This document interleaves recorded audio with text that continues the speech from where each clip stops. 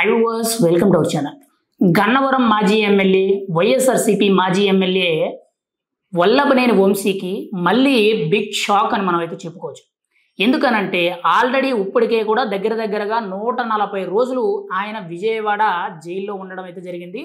రీసెంట్గా జూలై 2వ తారీఖున ఆయన మీద ఉన్న కేసుల నేపథ్యంలో కొన్ని షరతుల మీద ఆయన బెయిల్ రావడం జరిగింది. ఆయన బయటికి రావడం జరిగింది. అయితే ఇన్ని రోజులు జైల్లో ఉన్న ఆయన ఆరోగ్యం అనేది పూర్తి స్థాయిలో క్షీణించడంతో ఇప్పుడు ప్రజెంట్ కొంత ప్రాథమిక చికిత్స అనేది తీసుకుంటూ తన ఆరోగ్యాన్ని బాగు చేసుకోవడం అయితే జరుగుతుంది. అయితే ఇక్కడ మళ్ళీ తాజాగా ఆయనకి ఇంకొక తలనొప్పి వచ్చి పడ్డదని చెప్పి మనం అయితే చెప్పుకోవచ్చు. ఎందుకనంటే గతంలో ఆయన 2019 నుంచి 2024 వరకు కూడా గన్నవరం నియోజకవర్గానికి ఎమ్మెల్యేగా ఉన్నారు. ఆయన ఎమ్మెల్యేగా ఉన్న టైంలో మైనింగ్ చేశారని, తన నియోజకవర్గంలో మైనింగ్ చేశారని ఇప్పుడు ఒక ప్రధానమైన కేసు అనేది మళ్ళీ రంగంలోకి రావడం అయితే జరిగింది. అయితే దానికి సంబంధించి ఆల్రెడీ ముందస్తుగానే వల్లభనేని వంశీ హైకోర్టులో ముందస్తు బెయిల్కి అప్లై చేయడం జరిగింది. ముందస్తు బెయిల్ ఆల్రెడీ హైకోర్టు మంజూరు చేయడం కూడా జరిగింది. కానీ దాన్ని వ్యతిరేకిస్తూ సుప్రీంకోర్టులో ప్రభుత్వ వాదనలు వినకుండా, ప్రభుత్వం డెసిషన్ ఏంటో చెప్పకుండా, ప్రభుత్వం తరపున లాయర్ వాదించకుండా తనకి ముందస్తు బెయిల్ ఎలా మంజూరు చేస్తారని చెప్పి హైకోర్టును కొంత ప్రశ్నించడం అయితే జరిగింది.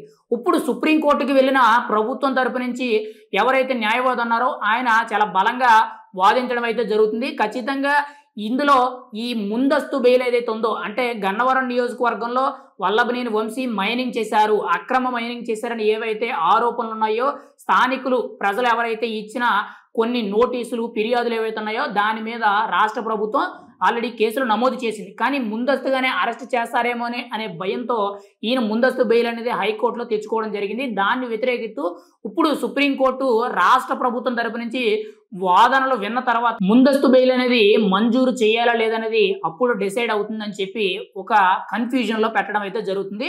అయితే ఈ ముందస్తు బెయిల్కి సంబంధించిన పిటిషన్ అనేది మరి ఎప్పుడు విచారణ జరుగుతుంది, నానికి ఖచ్చితంగా ముందస్తు బెయిల్ అనేది రాదు అనేటట్టు చాలా క్లియర్ కట్గా మనకైతే తెలుస్తుంది.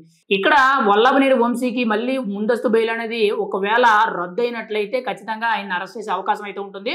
మరి ఈసారి ఆయన అరెస్ట్ అయితే ఎన్ని రోజులు జైల్లో ఉంటారనేది చూడాలి. కానీ గత 5 ఏళ్లలో ఆయన చాలా ఆరోపణలు వచ్చాయి. ముఖ్యంగా అక్రమ మైనింగు, అక్రమ దోపిడీలు అండ్ భూ కబ్జాలు, వాటితో పాటు ఒక వ్యక్తిని కిడ్నాప్ చేసి తనని బాధించారని, ముఖ్యంగా దళితుల మీద చేసుకున్నారని, ఇలా రకరకాలుగా ఎన్నెన్నో ఆరోపణలు రావడం జరిగింది. వాటికి సంబంధించి ముఖ్యంగా రాష్ట్ర ప్రభుత్వం పలు కేసుల్లో దాదాపుగా 140 రోజులకు పైగా విజయవాడ జైల్లో శిక్ష అనుభవించడం అయితే జరిగింది. ఇప్పుడు తాజాగా చూసుకుంటే అక్రమ మైనింగ్ కేసుకి సంబంధించి ముందస్తు బెయిల్ అనేది హైకోర్టులో వచ్చింది, కానీ సుప్రీంకోర్టులో వ్యతిరేకించడం జరిగింది.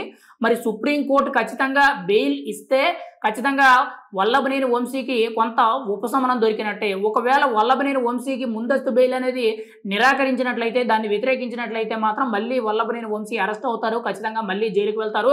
జైలుకు వెళ్ళిన తర్వాత మళ్ళీ ఎన్ని రోజులు జైల్లో ఉంటారనేది మనమైతే చెప్పలేదు.